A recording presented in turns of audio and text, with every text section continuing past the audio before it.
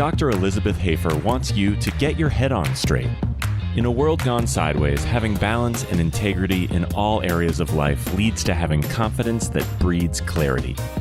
Clarity is essential to living an authentic life, and all the information shared on the Get Your Head On Straight podcast is designed to inspire you to live your life fulfilled. Enjoy the show. Welcome to Get Your Head On Straight with Dr. Elizabeth Hoefer. Today, my guest, Malinda Fuller, is going to be talking about her new book, Obedience Over Hustle. She is a wife, a mother, a friend, a former massage therapist, and now an author. I'm very excited for you to listen to the story she has to tell about her journey into overcoming the need to strive and hustle, instead trading that for a life of obedience and faithfulness and rest. Welcome to the show, Malinda. I am so glad you're here today. I really want to get into this thing called Obedience Over Hustle because it's actually coming out very soon. And obviously our listeners are really excited to hear about it. So can you talk to me about what you're actually leading into, and then we'll kind of reverse the story and start at the beginning?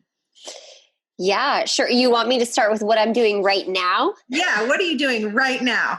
Well, 2 weeks ago, our family sold our house and 70% of our belongings, and we bought an RV, a trailer, and a truck, and we are living as of this Friday or so. By the time this airs, we will be on the road full-time working, schooling from the road, my husband and I both working from the road, and just traveling in our 42-foot travel trailer. So yeah, kind of some fun and exciting adventures. And it looks remarkably different than where you were at a year and a half ago, right? Oh yeah. Remarkably different than where we were at 6 months ago. So yeah. And that kind of leads to the entire point of the conversation today, which is this book that you've written called Obedience Over Hustle.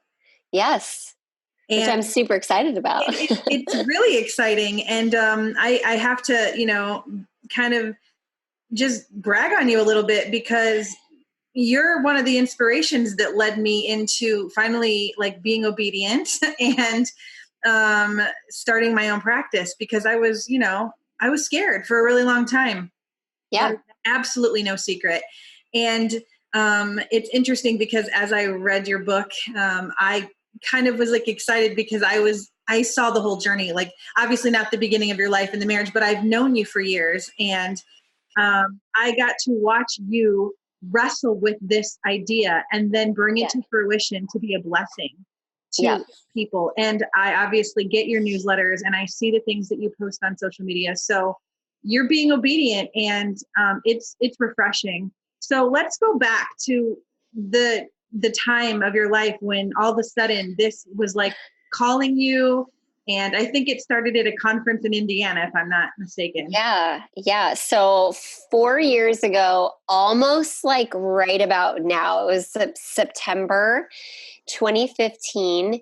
I went to a conference in Indiana, creative conference for women who wanted to be influencers. And it was a really great experience, but I had gone with kind of an agenda. I had gone giving the Lord an ultimatum, which is never a good idea. At the time I was working, 3, 4, 5 days a week at the office in the chiropractic office as a massage therapist. I had just started homeschooling my kids. I had no idea what I was doing in that world. My husband was working for a large church. And so we were just two ships passing all the time, just passing off kids. And at the same time, I really wanted to grow as a writer and as a speaker and just an influencer, a communicator. And so I had attended this conference with the hope that God would miraculously open a door for me to stay at home and work from home and have this at-home job to supplement my income, because I didn't want to give up my income. And in the book, I actually talk about how at that point in our lives, we had just increased our expenses by 30% because we'd moved from our 2-bedroom apartment into a much larger rental home because nobody in Orange County owns their own house. And to quit my job was a 30% decrease in our take home every month. And so the math didn't really make sense for me to quit altogether. And on the last night of the conference, I was actually kind of frustrated with the Lord because he hadn't like done what I had demanded him to do. And so I sat there journaling, really angry at God. And he gave me this picture of a fist. And it was like white knuckled fist. And I very strongly remember the Lord saying, like, Malinda, I want to give you more than what you have right now. And I want for you to be this same influencer that you want to be and give you these opportunities, but your hand is holding so tight to your job. And there's literally no room left in your hands for anything else. And then I felt like he was asking me, am I your provider or are you your provider? And my knee-jerk response is, of course you're my provider, Lord, because I grew up in the church and that's what I've been pre-programmed to think. But I just felt him press my heart and really ask me, like, if I'm your provider, then you need to be willing to give up your job. And so I talked to my husband about it. I came home and like within a week, I'd given my notice and put a date on the calendar and quit like the week before Thanksgiving, which made no sense at all. And the Lord didn't provide a new job. He didn't give me this open door to be able to work from home. But what did happen is about a month later, my husband started getting phone calls to go and do contract work on the side. And about 2 months after I quit my job, his side income was easily surpassing what I had been making consistently every single month. And without us spending any money to promote his business or market him in any way, just faithfully the Lord provided for us. And so that was kind of like the first big like leap of obedience. And then throughout the book is just a continual story of what God's asked me to do since then in the last 4 years. And then 3 years to the day almost, my husband quit his job and decided to be fully self-employed and start his own company. And it was like 3 weeks or 3 years, like almost to the day. Like it's just so the Lord, how he's brought us full circle. And so it's been this continual conversation with God about choosing to listen to him and to listen to his voice in the big things like quitting my job and the little things like how I talk to my children and how I spend my days and how I spend my money. And if I'm actually doing the things that he's telling me to do, like be a good neighbor, call my mom, befriend somebody who isn't really friendly to me. And and then just weaving a lot of scripture through that and what it looks like for different people throughout the Bible as they listen to the voice of God in very unconventional, with very unconventional details in their stories. So it's been a journey and I'm super excited for it to finally be released and hopefully it encourages a lot of people. Well, I know that watching you walk through the process of this book coming to fruition has been a blessing to me because as I said, and I think I texted you probably maybe 4 or 5 months ago. Yeah. I said, I did it. I put my notice in. I'm starting my practice and I did hashtag obedience over hustle. Yep. And it's given me the courage, like just to have somebody who I've seen that I personally know who like worked with me. Because I remember when you came and you had gone to the conference and then you put your notice in, of course I was sad because I loved working with you every day. Yeah. I loved having my patients be able to have you be their massage therapist, but I understood that this was a holy work. And I understood that anything that God asks you to do is worth more than any paycheck that you could receive. Absolutely. And then watching the blessings come, and it wasn't overnight. It wasn't like magically you guys had all this extra money. Nope. And then, but seeing him be faithful, because he is faithful. Like, that's one of the things that I've experienced recently when he called me very specifically on January 20th to start my own practice. I said, I'm afraid. And he said, do you trust me? And I said, of course, just like you, of course, Lord, I trust you. You're the provider. You're the creator of the universe. And he said, if you trust me, I will provide. Yep. And he provides in small and large ways. Like, I told my husband, I said, I need to put my notice in. And then my husband said, well, don't you think you should get a loan first? And I said, I think that when I put my notice in and trust God, I will get a loan. And that's exactly what happened. And so this is such an encouragement to my soul, to the people who I know chime in on your social media, because you're always offering up relevant, fresh encouragement to allow people to understand that you don't have to work to the bone to gain favor and to gain some sort of notoriety, because God's favor is outside of effort. Absolutely. Yeah. So many people told me, they're like, you need to have a bigger email list before you write a book, or you need to have a bigger platform. I'm so sick of hearing that word. And I love telling people, I sold my first manuscript, which is, already such a small percentage of authors actually get their first manuscript published. And I did it with less than 500 email subscribers and less than 2,000 social media followers. And so God can do whatever he wants to do. And I feel like if we would just get out of the way and let him do it his way and in his timing, that's really when the best fruit comes. It's when we're in partnership with him. And one of the things that I really dove into in the book is just researching this idea of working hard, because, I'm not anti-hard work. My husband traveled 150 days out of the year last year, and I homeschooled my 2 kids, and I finished my manuscript and edited it. So I worked really hard last year. So I'm not anti-hard work, but I think what happens is our hard work goes from, just having a good work ethic to workaholism really quickly. It's a really fine line, and we cross over when we stop working in partnership in tandem with the Lord, and we think that it's all on us and we have to strive and achieve everything on our own. Right.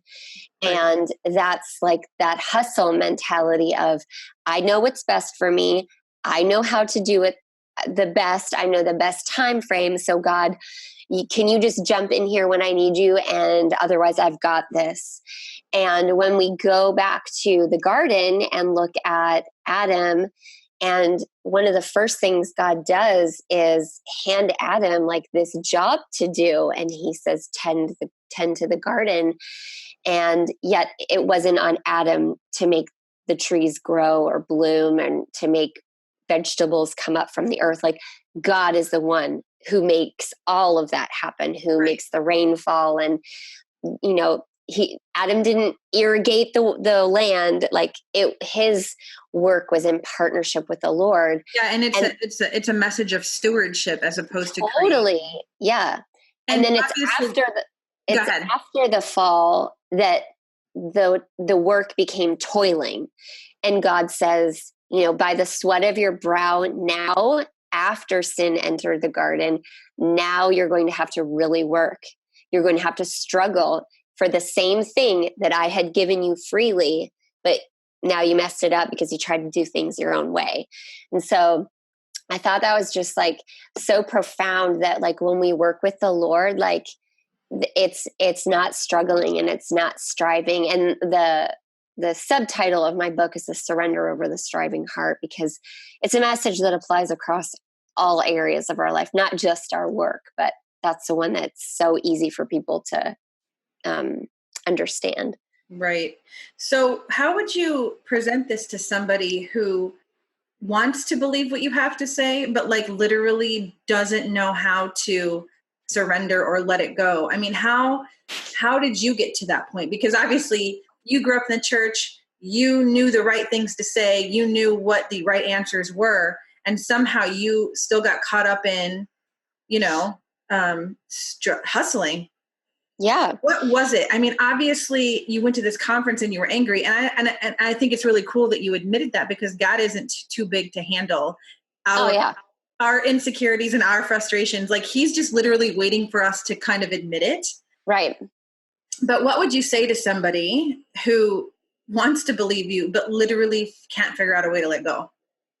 I think eventually what's going to happen is you're just going to exhaust yourself. And I think what happens is that, like, workaholism, like the definition of a workaholic is somebody who sacrifices things in order to achieve their goals. And what often gets sacrificed is our relationships. And so there's a lot of people who are sacrificing the relationships with their family and their kids and their spouses and friends and family, on the altar of their work or their goals or their ministry or whatever. And like, at some point, like, it's going to break. Like, your physical health, your mental health, your relationships, like, there will be a break. And what's it worth to you? I think that at the end of our lives, nobody ever says, "Oh, I wish I'd worked harder." And nowhere in scripture does Jesus ever ask us to be busy. And he asks us to have good work ethic, and he asks us to be diligent and to be good stewards and to use wisdom. But he also tells us to rest. And he also tells us to be sacrificial and be generous and all these things. And I think all of that has gotten lost in the have big dreams. You can do anything you want if you just work harder, and you owe it to yourself, girl, to get after your dreams and like all this stuff. And that's just not the message of the gospel. And so I think, you can fight it. But I think more and more people are tuning into this idea that, okay, I've done all of that. I'm not any happier. My relationships are more in a mess. My physical body doesn't feel good because I have adrenal fatigue and I'm not sleeping and all these other things. Mentally, I'm not doing well because my anxiety is so high. And like, at what point is it worth it? Because like, you can only do that for so long before something breaks. Yep. So the word obedience, there's a lot of stigma. Yeah.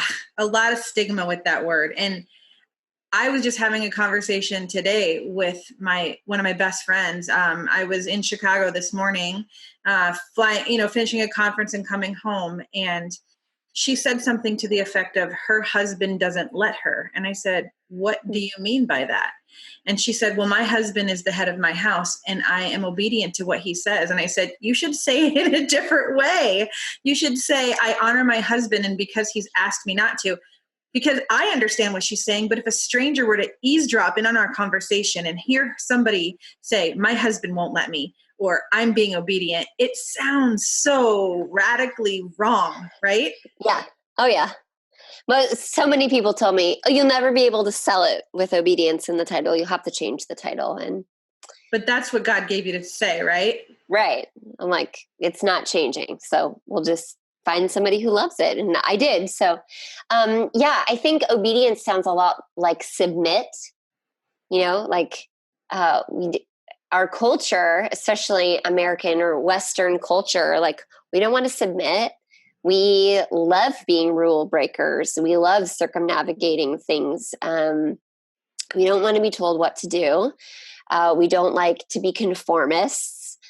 And I think this idea of obedience is more freedom than anything for me. It has been for me, because it's me letting go of control and letting God actually do what it is that he wants to do in my life, and giving myself a grace pass, like just diving deep into grace and doing a couple laps and realizing that at the end of the day, if, my platform isn't any bigger, but hey, I cooked a great dinner for my kids and I have quality time with them and my husband and I's marriage is strong and healthy, then that's what matters.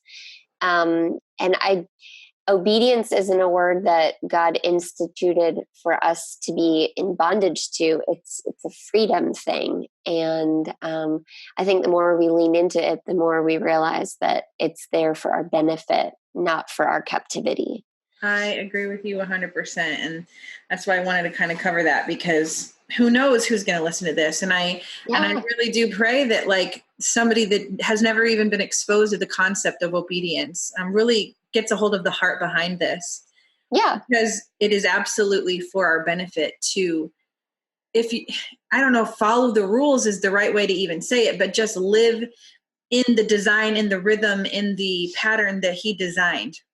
Yeah. Which is because when we don't, it's us saying that I'm smarter, right? And that goes right back to the garden. And it was the song that Eve was singing. Like, that's what the enemy deceived her with and lied to her about was, well, did God really say this? Like, oh, well, he doesn't want you to be as smart as he is. Like, if you do this, like, really, is that what God's going to do? Like, are you really going to die? And it's us singing the same song. Like, oh, I can take care of myself. I know what my limits are. I'm not going to allow myself to become some crazy work obsessed person, or I'm never going to sacrifice my children. And then the next day you have a 3-year-old that's saying, Mommy, will you put down your phone and come and read to me or play Legos with me?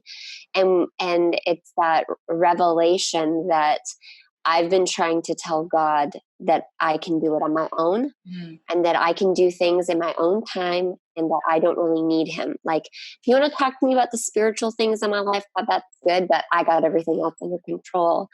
And that's not the way that he wants us to live. Like, he wants to be a part of the conversation for all areas of our life, our finances, our sex life, our parenting, our friendships, our work, our health, all of it. He doesn't want to be left out of any of it. Right.